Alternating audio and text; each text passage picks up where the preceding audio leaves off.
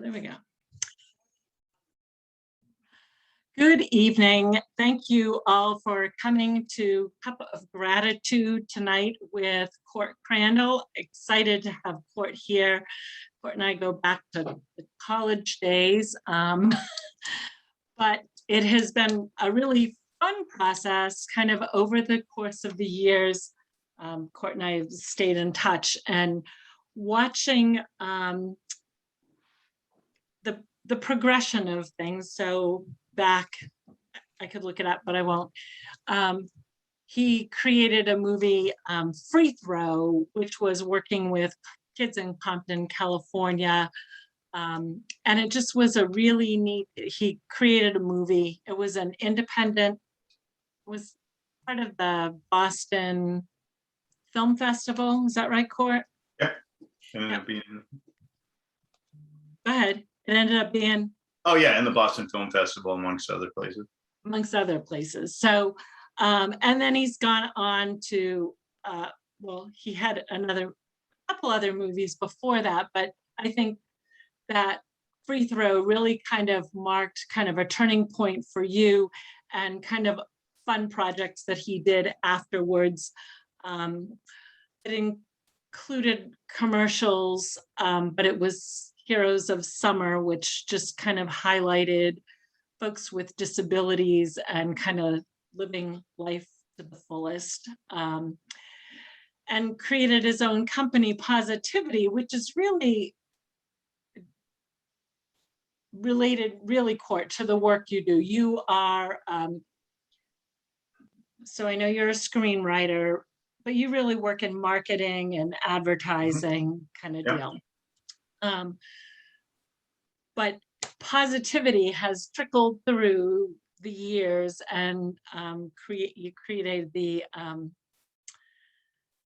magnet, the Positivity Magnet, yeah. Positivity Magnet, right? Which is just kind of a fun thing that he kind of drags around California, where people post well wishes, positive thoughts, kind of uplifting things, and so it's just was kind of one of those pieces for you to kind of create some positivity in the community. Is that fair to say, Court? Yeah, I mean, that I can go through it all, but that really came from the thought that there's all this stuff that is negative in the world. We're kind of inundated with negative messages. And so it was designed to give people a platform to talk about the kind of positive thing they wanted to attract into their life or the life of a loved one.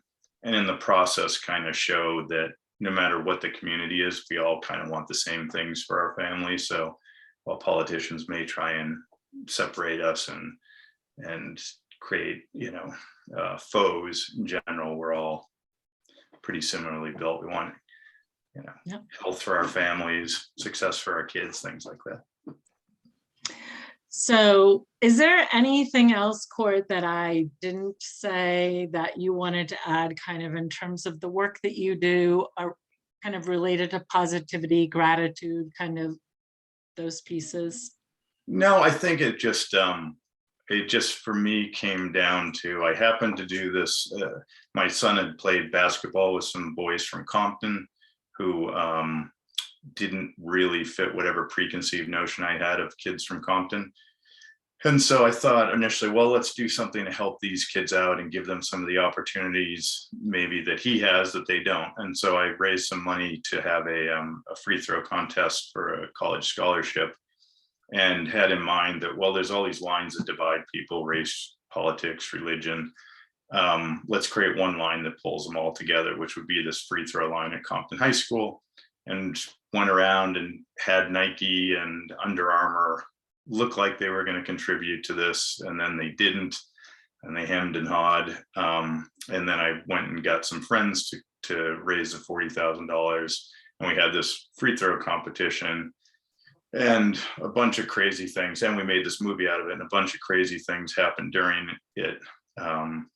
Not the least of which is we had one kid who was a captain of the basketball team, and we had to debate whether to leave him in or not, because it wasn't really about a star basketball player. It was supposed to be about a lot of other things. And so we let him stay in. Ultimately, he ends up just beating a girl who's shooting underhand. She never picked up basketball. Her shot bounces out, his bounces in. I thought, damn it, there goes my David and Goliath story I wanted to tell. And then subsequently, everything changed because he got a full ride scholarship to play in college. And I spoke with him, and we agreed that he would give the $40,000 we had given him to the runners up. And then a couple of weeks went by and it was kind of quiet. And all of a sudden the LA Times did an article on it. And then that sparked, it became like the lead story on Yahoo News. And I had Scott Pelley calling me and People Magazine. It just kind of spiraled the way things do in the modern world. And so after that experience, I just felt like I couldn't go back to just focusing on making creative things anymore because it wasn't as fulfilling to me. So I decided to kind of leave the company I was with and start my own kind of goofy thing called Positivity, which funnily enough, at the time, I even had a friend who's really into this kind of stuff. So you can't name the company that, it's ridiculous. And I was like, why not? That's what I'm doing. And now it's such a common name or term that it's funny to watch. And so the whole focus was, well, stop living the way I did. I think a lot of people live either in the past or the future. The past never particularly interested me, except the stories I have with Lisa and some of her cocktailing. No, but the future, I would obsess on the future and was, I going to make it? If I could get this thing produced, then life would be great, blah, blah, blah. And I didn't live in the present particularly well. So then I said, well, I'm going to focus on the present, and I'm going to make my mission to perpetuate positive thinking and behavior in the world. And I'm going to get up every morning and say, all right, how do I do that through each part of my day? So if I'm writing something, I try and have that be a portion of it. If I'm at the supermarket, I try and be friendly to the person bagging the groceries and make their day in some way. And some days are easier than others, but I found sort of dedicating my approach to purpose has made life a whole lot better, and it's attracted the right kind of people into my life, and it's paid me back more than I could have imagined. So that was sort of the focus, and along the way, other projects have come up, like the Positivity Magnet and other things that are just the natural outgrowth of that.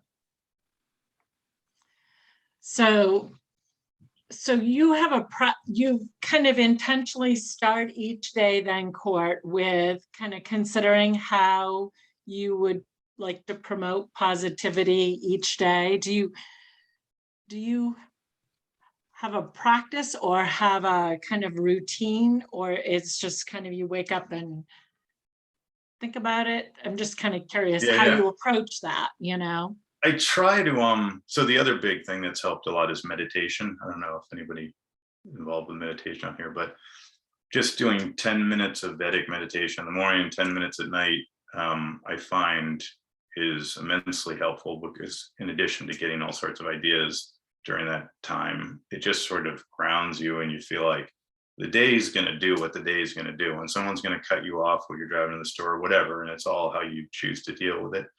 So I do that. I have my little positivity bracelets here that I had made that, there you go. Yeah. Do you know Jackie has ponytail holders? Oh, positivity ponytail holders? Yes. Nice. But I just give them out to anybody I feel like represents positive behavior in some way. And so I've given them to everyone from professional athletes to, a woman begging for money places or whatever, just try and have that. So those are the two kind of main things. And again, like I said, some days are better than others. Some days I just probably don't live up to my purpose at all. But I try, and at some point, I have little stickies on my computer. I have these little post notes. One says, what do I have to give? One says, be a force of positivity, and the rest will follow. One says, channel what the world needs from you. So I just try and, again, keep myself focused, because your natural inclination as a human being, I think, is to get self-absorbed, think about what you don't have and what you want, how shitty things are, blah, blah, blah. Do you have a trick for catching yourself when you go down the negative rabbit hole? Not so much the negative rabbit, but I do, this is, I don't know if you guys have found this in your own lives, but I've certainly learned that what you think is the best thing usually isn't. And then what you think is the worst thing ends up being the best thing once you have time and context to go, well, that was terrible, but it got me over here, and over here is better than the path I was on. And so I will always tell myself, I preach that to anyone I can. And I have to remind myself, like we just had a screening of my movie online and got some tough comments and stuff. And I have to say, don't get worked up. Like, this might be the best thing that could happen, because Kind of finding those silver linings and things. yes, And not even a silver growing line. It's from- just knowing that you can't, when something happens, you can't evaluate whether it's good or bad. It's just a thing.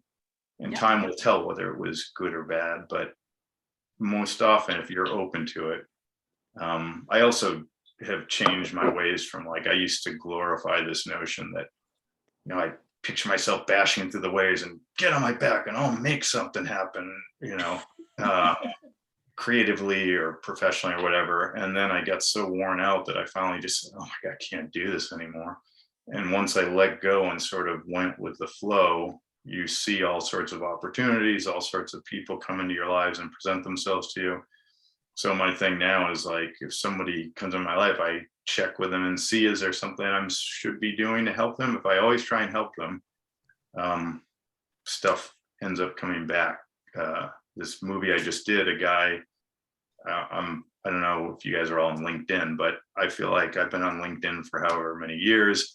And a lot of people have asked me for jobs, money, references, all those things. I didn't feel like anyone had ever provided anything to, you know, to enhance my life. And then this guy comes out of the blue and says, yeah, I want to make this movie, and you're the guy I want to make it with. And I said, well, I don't really do that, but I'll try and help you out. And then in the process, we ended up coming up with something. And then, you know, he said, all right, you paid me to write it. And then he said, yeah, I don't want to just sell this, so I'll put up $5 million of my own money to make it. It's like, that just never happens.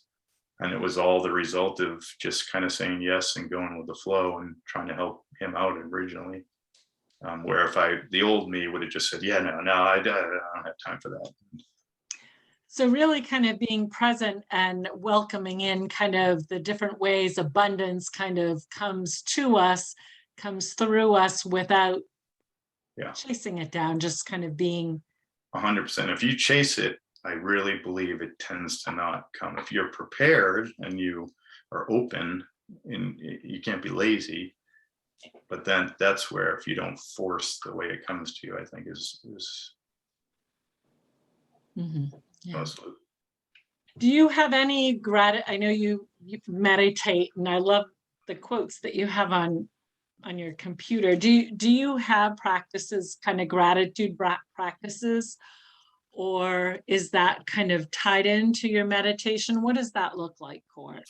I don't think I have anything else that you know, again, not specifically gratitude. I said I watch the Gaia Network. I learn stuff from there. I quite like. If you don't have that, I recommend it. It's got all sorts of stuff on there. It's like what is it called, Court?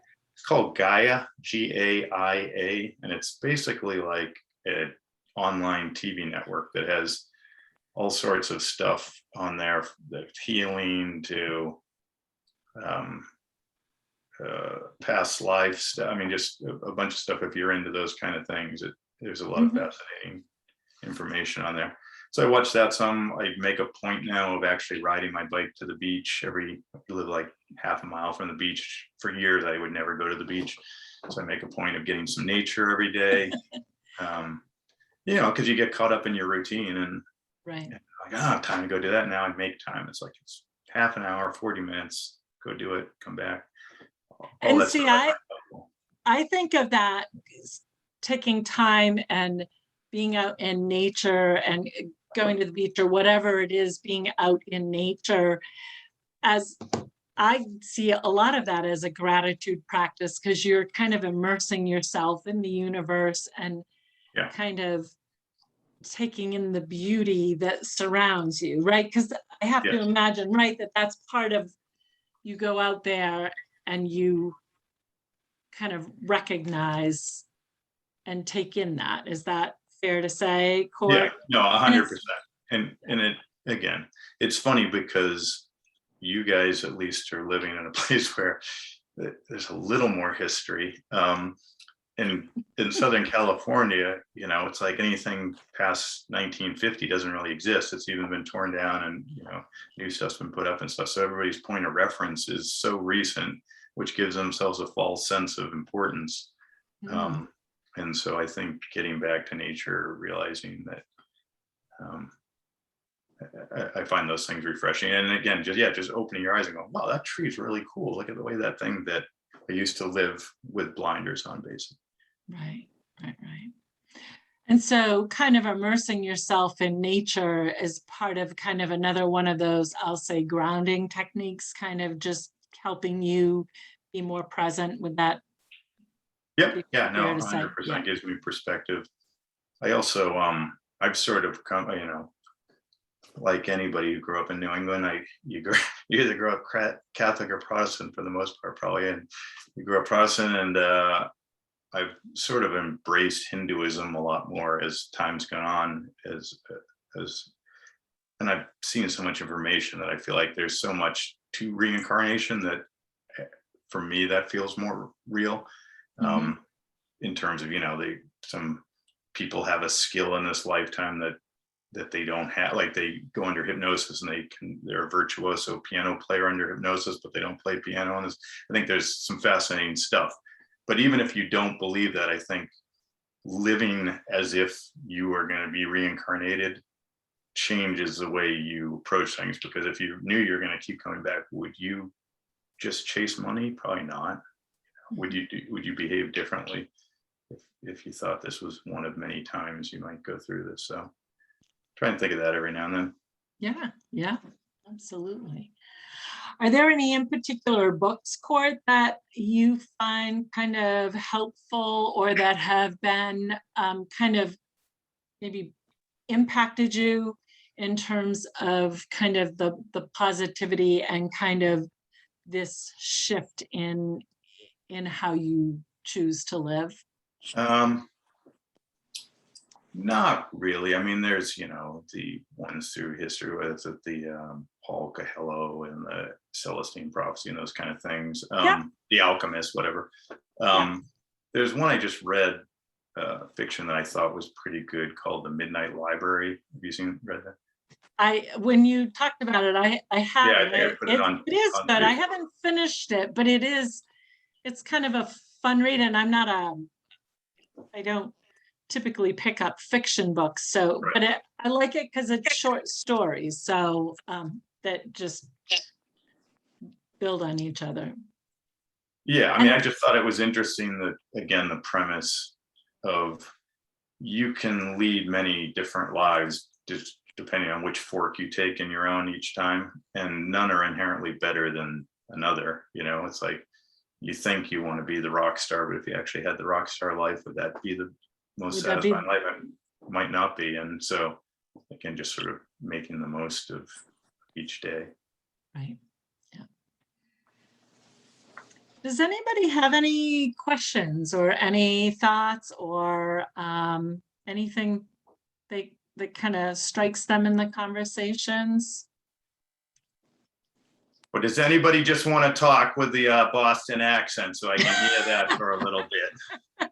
I don't get enough of that out here. I have a question.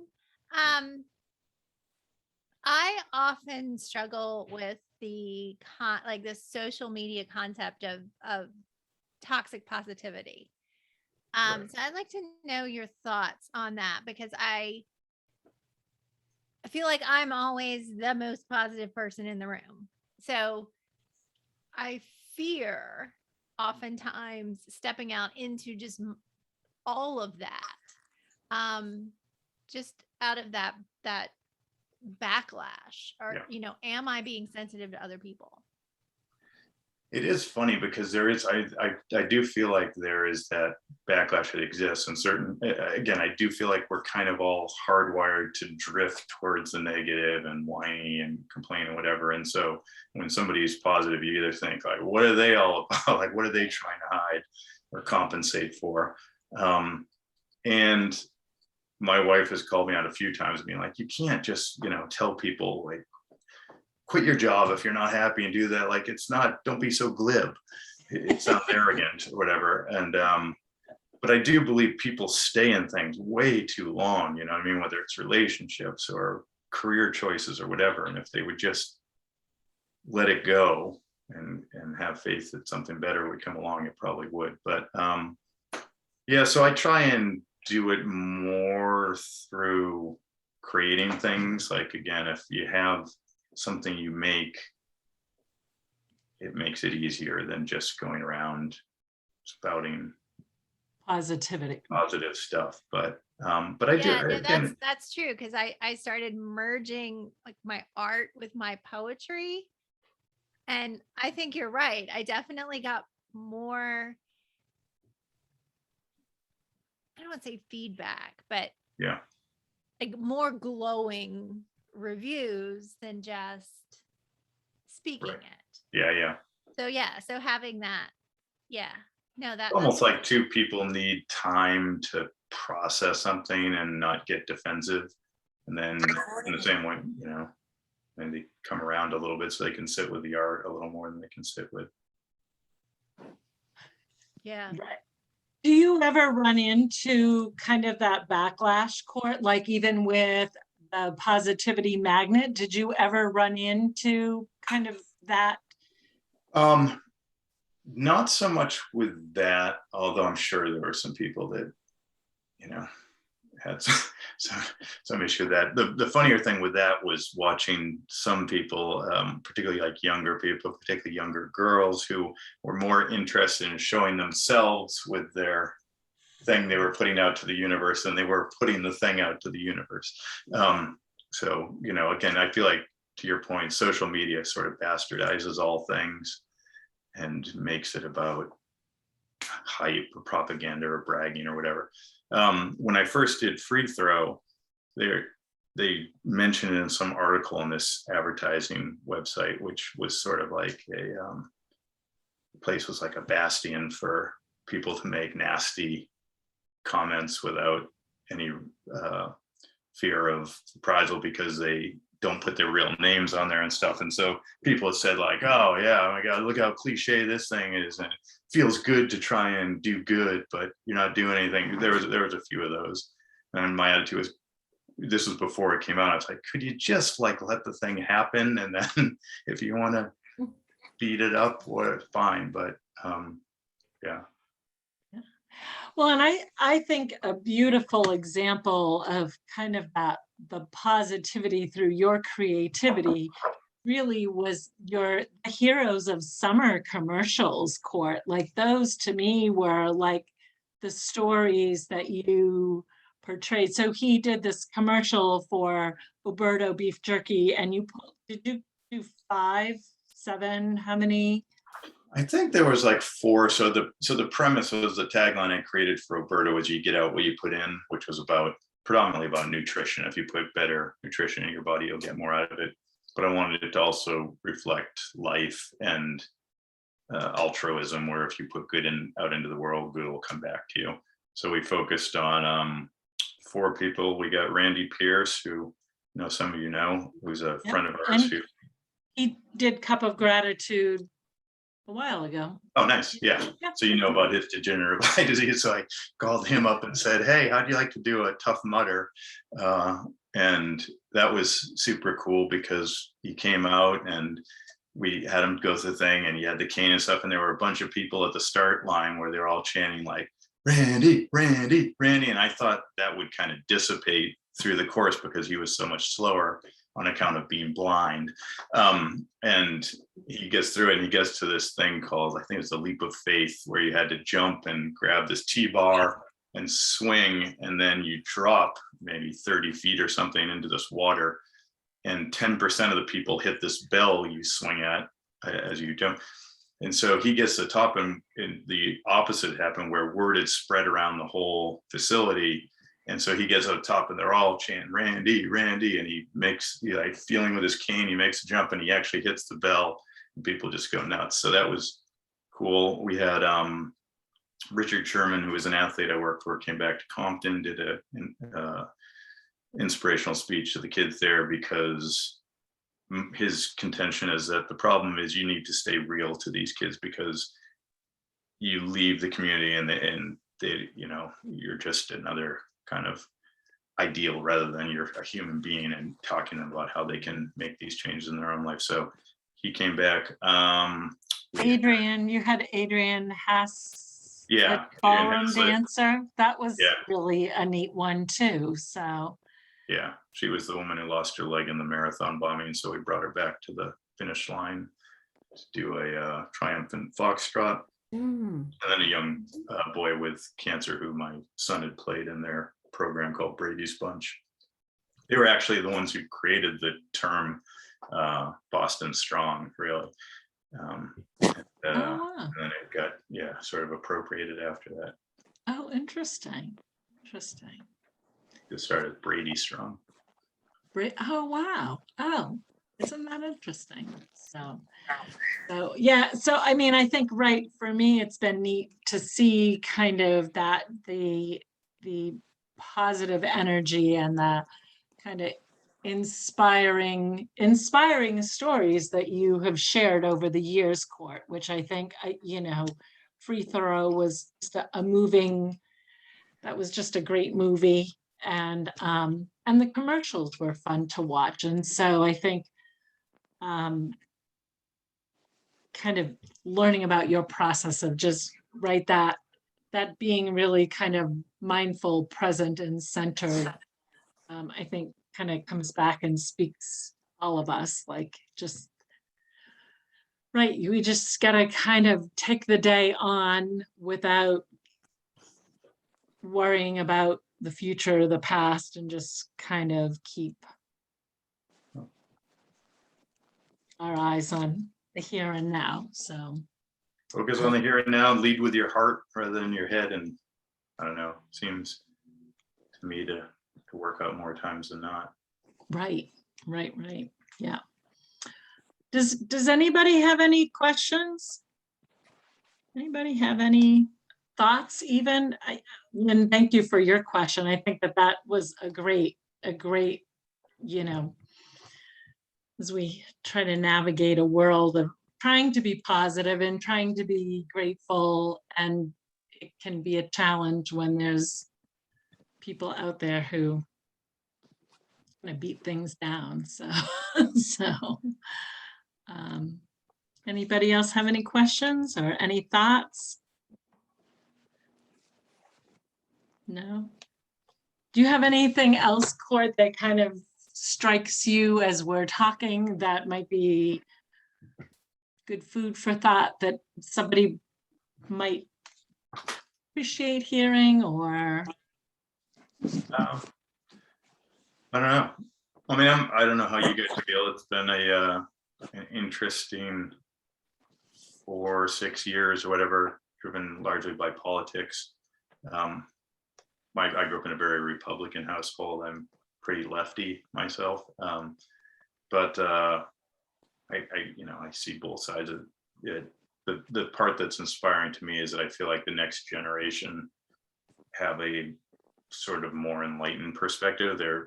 The millennial stuff is true. There's probably some laziness and there are some, coddling, but I feel like they kind of have a better view of what we're all here for, which is not just to work as much as possible and own as many things as we can. So. Isn't that interesting? Yeah, Court, right. I think kind of growing up with kind of having a good work ethic, and which, right, is really important, and kind of, but discerning what's important, right? So it's about relationships, it's about connection, it's about living life, and not necessarily about gathering things, accumulating things. Granted, they do that too, though. So They do. I just think they're Yeah. probably a little more aware of like fair trade type stuff. I also think the pandemic's been interesting. So I decided I was going to have this little home office, and at times initially I was almost embarrassed about it, and then we'd have meetings like in our dining room and stuff. And I remember one of my clients going, "Hey, maybe we can like get a room for one of these meetings. Like, we don't want to be over your house, you idiot." And I felt like this is the greatest thing ever. Like, I had some chances to add clients and you'll get a space and all that. And I thought, no, I don't want to do that, because then I got to go there and I have to manage people again and all the things I don't want to do. But so I basically lived, I think of it as against the grain almost for now 8-9 years of like, why would I ever go to a store on a weekend? That's a Tuesday activity. And now it's interesting to watch, because I feel like after the pandemic, everybody's come around to this kind of thing. And I think what they say, 40% of people are looking for new jobs. And Mhm. so some good has come from it. And it's interesting to watch realignment on kind of a massive scale.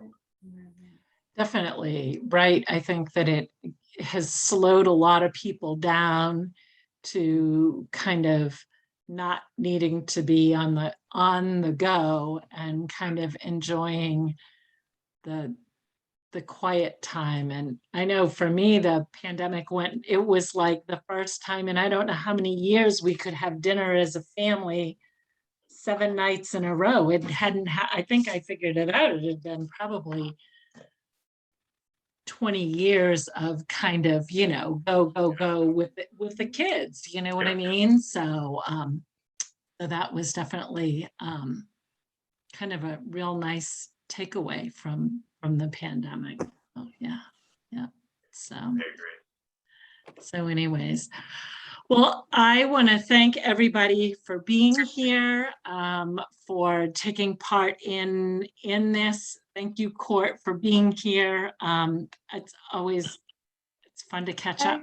Could I say something? I was Yeah. curious about, he said he kind of is interested in the Hindu, was it Hindu? Yeah, I was just kind of interested in what it's all about, kind of. I think it's the oldest religion, and it's not based on places of worship or whatever. You can kind of do it anywhere. I still don't know enough to espouse, like, there's a number of different gods and things, but it's sort of largely based on the premise of karma, and that you're here to learn lessons, and certain lives are easier or harder than others depending on kind of what you're supposed to learn.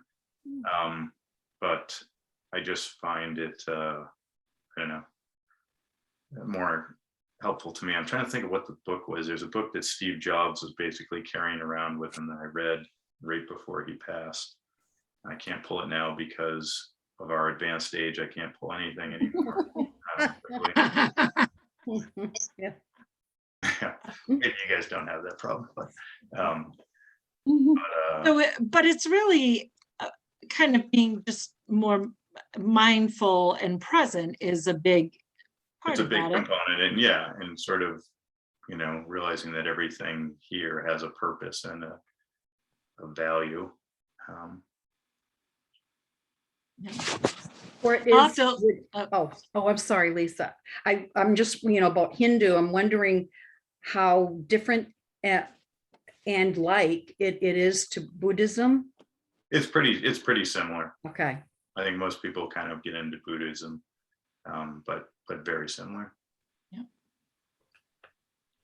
did somebody else want to say something? I thought I had heard somebody else as well. I'll look up that book and see if we can figure out what that. Oh, Lisa and Court, what was the name of the book? You said it was a book of that was fiction, but you enjoyed it. The and Lisa, you're Midnight still- Library Oh, right. Okay. Thank you. Sure. by, what's the last name? Haight? And, let me see who the author was.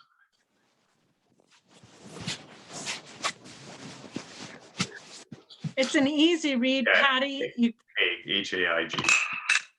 it's not earth shattering by any means. I just think it's, again, kind of interesting to delve into possibility of different lives. Yeah, it is. It's And- an easy read and you can put it down and leave it and go back to it like weeks later and you don't really lose anything. So it's kind of one of those. If you Good want food. just a great book, I don't know if any of you have read Beautiful Ruins. No, The author, I'll think, I won't convey, he's a guy from Spokane. It's supposed to be a movie that I thought Sam Raimi is gonna do, but it's exceedingly well written through multiple generations of Italy and Seattle. And Ooh, it's like good story, human insight. It's just kind of, it's got some good stuff in it. oh, interesting. Read that pretty recently. And then another great one is Shantaram. Has anybody read Shantaram? No, Pretty Haven't thick even- about one of my favorite books ever written. Guy who is in prison in Australia who ends up in India, in Mumbai, and he does everything from being involved with organized crime to helping feed the homeless and house homeless. It's a true story, and it's amazing on every level. Supposedly Clooney Can was you making spell it into that? a movie. Shantaram, Shantaram, I believe.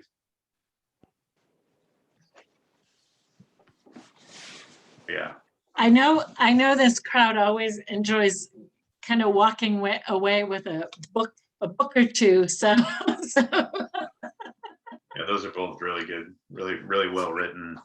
I kind of like something that has a combination of like a good story / action, human insight and heart to it. And those Excellent. both have all those things. well, that's great. Thank you for some good books. So I wanted to thank everybody for being here. It's been a pleasure, Court, having you here to chat. And so I'm going to stop recording. Okay.